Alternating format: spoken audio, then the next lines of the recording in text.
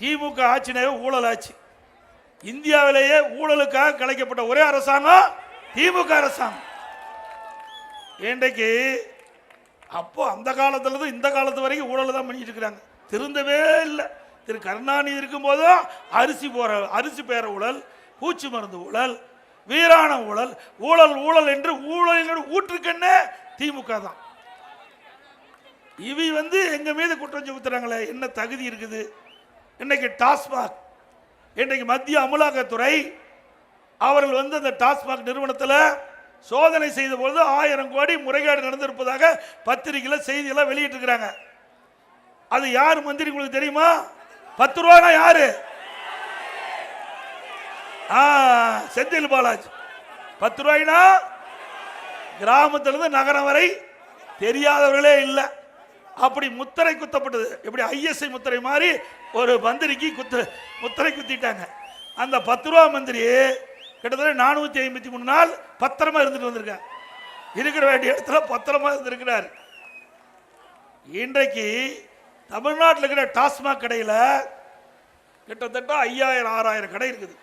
அதில் எந்தெந்த பார் அதிகமாக சேல்ஸ் ஆகுதோ அந்த பாரெல்லாம் கரூர் கோஷ்டி, கரூர் கம்பெனி அங்கே ஏலத்தை எடுத்து அவர்கள் அங்கே போய் இந்த பார் நடத்திட்டு இருந்தாங்க. இன்றைக்கு ஒவ்வொரு டாஸ்மாக் கடையிலையும் இன்றைக்கு விற்பனை ஆகுது மது பாட்டல். தமிழ்நாடு முழுவதும் ஒரு நாளைக்கு 1.5 கோடி பாட்டில் விற்பனை ஆகுது.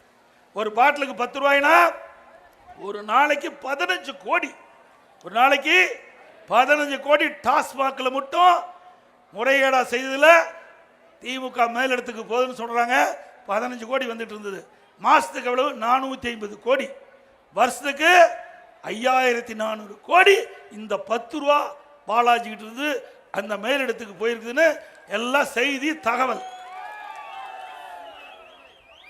அப்படின்னா எத்தனை ஆயிரம் கோடி வந்திருக்கோம் கணக்கு போடுங்க. அது மட்டும் இல்ல, பல வழியில கொள்ளையடிச்சிருக்கிறாங்க. அதெல்லாம் அமலாக்கத்துறை தோண்டி துருவி எடுத்துக்கிட்டு இருக்குது. அதெல்லாம் வெட்ட வெளிச்சத்துக்கு வரும். அதன் அடிப்படையில் தான் திமுக அமைச்சரவையில் இருக்கின்ற ஒரு அமைச்சர் திரு பல்வேல் தியாகராஜன் இந்த 2 வருஷத்துக்கு முந்தி ஆடியோவில் ஒரு செய்தி வெளியிட்டார். எல்லாத்துக்கும் வலைதளம் வந்திருக்கும், உங்களுக்கு எல்லாத்துக்கும் தெரியும் தான் நினைக்கிறேன்.